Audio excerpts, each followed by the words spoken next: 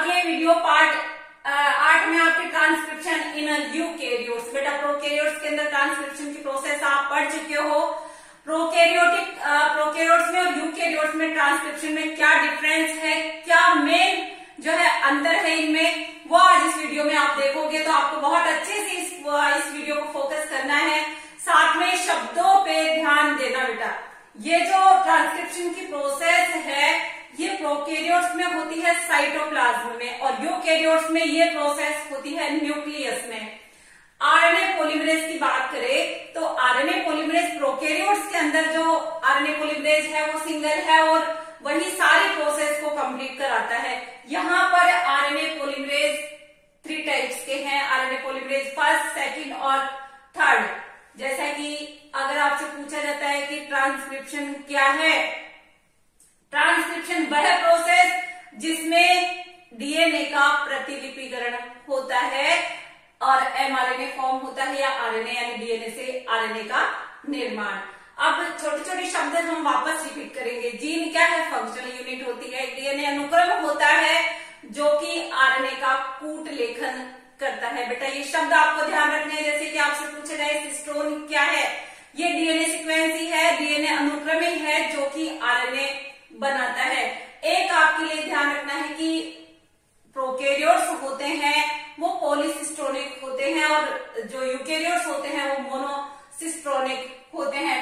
Prokaryotes पॉलीसिस्टोनिक होते हैं जिनमें एक एमआरएनए से ज्यादा पॉलीपेप्टाइड श्रृंखलाएं बनती है और बहुत सारे प्रोटीन्स का सिंथेसिस होता है। अब हम प्रोकैरियोट्स में और यूकेरियोट्स में जो मेन रीजन है आरएनए पॉलीमरेज का, आरएनए पॉलीमरेज का क्या डिफरेंस है? पहले तो ये कि डीएनए से आरएनए का निर्माण होना ट्रांसक्रिप्शन कहलाता है। डीएनए आरएनए पॉलीमरेज 3 टाइप के होते हैं। 3 टाइप्स में फर्स्ट जो आरएनए पॉलीमरेज है ये आरएनए बनाता है और इसकी यूनिट्स जैसे कि 28S, 18S, 5.8S, ये S होता है सेडिमेंटेशन। स्वेडबर्ग के नाम पे इसका नाम रखा गया है बेटा, ये ध्यान रखना।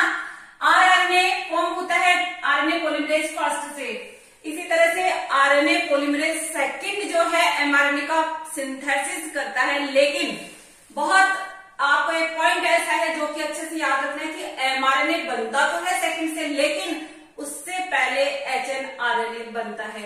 अब ये एचएनआरएनए क्या है? हेटेरोजीनस न्यूक्लियर आरएनए होता है बेटा। ये हेटेरोजीनस न्यूक्लियर आरएनए यानी कि एमआरएनए जो बनेगा उसका प्रीकर्सर होता है, ये उसका प्रीकर्सर होता है। उसके पहले बनता है, उसकी प्रोसेसिंग के बाद एमआरएनए का फॉर्मेशन होता है। तो आरएनए पॉलीमरेज सेकंड से एमआरएनए बनेगा। चलिए ठीक है, आगे देखिए। आरएनए पॉलीमरेज थर्ड की बात करें तो ये टीआरएनए का फॉर्मेशन करता है। ठीक है, आरएनए पॉलीमरेज थर्ड की बात करें तो ये टीआरएनए का ये और ये आरएनए पॉलीमरेज फर्स्ट और थर्ड से ये प्रोसेस इजी गोइंग संपन्न हो जाती है। लेकिन ये जो प्रोसेस है इसमें कॉम्प्लिकेशंस है, इसमें जटिलताएं हैं बेटा। अब हम वापस प्रोकैरियोट्स का जो ट्रांसक्रिप्शन ने पढ़ा था उसमें आते हैं। उस अनुलेखन की बात करें तो डीएनए खंड द्विकुणित जो संरचना होती है ये ओपन होते हैं। 2 खंड है डीएनए के जो कि ओपन होंगे, प्रोमोटर स्ट्रक्चरल और टर्मिनेटर साइट्स प्रेजेंट है। प्रमोटर साइट्स पे आरएनए पॉलीमरेज जुड़ता है, जैसा कि प्रोकैरियोट्स में आपने पढ़ा है। रिपीट करिए, याद करिए। प्रमोटर साइट पर sigma factor RNA polymerase bind होता है, रिकॉग्नाइज करता है, इसको पहचानता है और पहचानने के बाद इस प्रोसेस को आगे बढ़ाता है। स्ट्रक्चरल जीन पर आकर के नया पूरक जो है कॉम्प्लीमेंट्री यहाँ पर खंड इसका एमआरएनए का बनता चला जाता है। चलिए इसमें क्या हो रहा है भाई? है तो वही डीएनए के 2 खंड है, प्रमोटर साइट है, स्ट्रक्चरल है, टर्मिनेटर है। आपने पढ़ा था कि 3 से 5 प्राइम पर 5 से 3 की दिशा में एमआरएनए बनता है। चलिए ठीक है, ऐसे ही बनता है। लेकिन यहां पर क्या हो रहा है बेटा? यहां पर प्रमोटर पर आरएनए पॉलीमरेज फर्स्ट और सेकंड और थर्ड, इसकी हमने यहां क्लियर कर दिया कि कौन क्या बनाएगा। आरएनए पॉलीमरेज जुड़ करके इस प्रोसेस को स्टार्ट भी करेगा और एमआरएनए का सिंथेसिस भी करेगा, लेकिन एमआरएनए बनेगा उससे पहले यहाँ एचएनआरएनए बनेगा। क्या बन रहा है? एचएनआरएनए। ठीक है, दिशा वही रहेगी 5 प्राइम से 3 प्राइम, क्योंकि 3 से 5 प्राइम पर ये बन रहा है। कोडोन का सिस्टम आपने आगे पढ़ना है। चलिए हम नाइट्रोजनस बेस जुड़ना, नया पूरक रज्जु का निर्माण होना, इस तरह से ये प्रोसेस प्रोकैरियोट्स की तरह चलती है, लेकिन यहाँ पर सिग्मा फैक्टर की जरूरत नहीं है। प्रमोटर साइट पर इनिशिएशन करने के लिए, शुरुआत करने के लिए यहाँ पर सिग्मा फैक्टर की आवश्यकता नहीं पड़ती। आगे देखिए कि जब एचएनआरएनए बन चुका होता है, एक पूरक खंड जो है बन चुका होता है जो एचएनआरएनए के रूप में है। अब ये एचएनआरएनए के रूप में बन तो गया, लेकिन आगे की प्रोसेस यानी कि संसाधित जो है एमआरएनए या प्रोसेस एमआरएनए इससे कैसे बनेगा? तो बेटा ये देखिए आप 5 प्राइम से 3 प्राइम पर नया स्ट्रैंड यहाँ निर्मित होगा। एक टर्मिनेशन की प्रोसेस में भी जो रो फैक्टर यहाँ जुड़ गया था, यहाँ पर ऐसा कुछ भी नहीं है। यहाँ पर ये जो है आगे एचएनआरएनए से जो कॉम्प्लिकेशंस है वो किस तरह से है? 5 प्राइम पर यहाँ पर वेनोसिन मोनो ट्राइफॉस्फेट यहाँ पर जुड़ेगा। ये प्रोसेस कहलाएगी एक टोपी उड़ाने वाली, कैप पहना दी। समझ रहे हो? क्या किया? कैप पहना दी गई, इसलिए इस प्रोसेस को कहते हैं कैपिंग या आच्छादन। क्या कहते हैं इसको? कैपिंग कहते हैं। ये जो एमआरएनए बन रहा है एचएनआरएनए के रूप में, जो कि इनकम्प्लीट है, इसकी 5 प्राइम पर यहां पर वेनोसिन मोनोट्राइफॉस्फेट ये जो है कैपिंग के रूप में यहां पर जुड़ता है। चलिए आगे बढ़ते हैं। कैपिंग होगी 5 प्राइम पर, इसके बाद इसमें जो एमआरएनए या एचएनआरएनए जो बना है उसमें कुछ साइट्स, रेगुलर जो एमआरएनए बन रहा है या एचएनआरएनए बन रहा है, इसमें कुछ एक्टिव साइट्स होती है जिनको एक्सॉन कहते हैं। जो निष्क्रिय साइट होती है इनको इंट्रॉन कहते हैं बेटा। इंट्रॉन और एक्सॉन ये जो है इसके अंदर साइट्स पाई जाती है। एक प्रोसेस इसमें होती है कैपिंग के अलावा टेलिंग की प्रोसेस। ये टेलिंग की प्रोसेस क्या है? यहाँ पर पॉलीएडेनाइलेशन होता है, यानी कि 3 प्राइम पर एडिनोसिन मोनोफॉस्फेट के 200 से 300 यूनिट्स यहां पर आकर के ऐड होती है, जो टेलिंग वाली प्रोसेस में होती है। अब देखिए 5 प्राइम पर और 3 प्राइम पर क्या हुआ? कैपिंग हुई और टेलिंग हुई। चलिए ये जो है इसमें जो बन रहा है एमआरएनए या एचएनआरएनए जो कि इनकम्प्लीट या अभी इसमें प्रोसेसिंग बाकी है, बनने वाला प्रोसेस एमआरएनए बनेगा। तो इसमें जो एक्सॉन और इंट्रोन जगह है जो डीएनए अनुक्रम एमआरएनए के अनुक्रम में, तो बेटा ये एक्टिव साइट्स है और ये इंट्रोन निष्क्रिय स्थान है। इन निष्क्रिय स्थानों को यहां से हटाया जाता है स्प्लाइसिंग की प्रोसेस के द्वारा। ये जो है इंट्रोन इस रूप में यहां से रिमूव होते हैं और एक एमआरएनए यहां पर प्रोसेस्ड या संसाधित एमआरएनए का निर्माण होता है।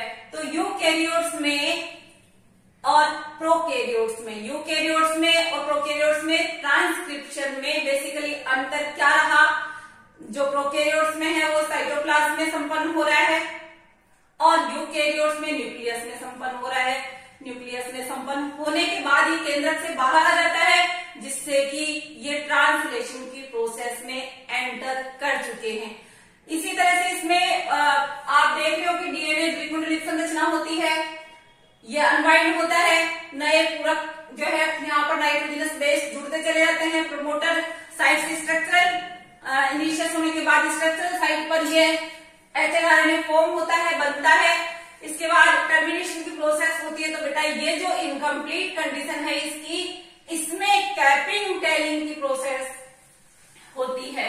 इसको विषमांगी केंद्रीय आरएनए भी कहते हैं। इसके बाद इसमें जो ये स्ट्रैंड बना है, पूरा स्ट्रैंड, इसमें एक्सोन और इंट्रॉन के रूप में ये एक्टिव साइट्स है और ये निष्क्रिय स्थान है। ये हटते हैं इंट्रॉन। ये हटाने के बाद प्रोसेस्ड एमआरएनए का यहां पर फॉर्मेशन होता है।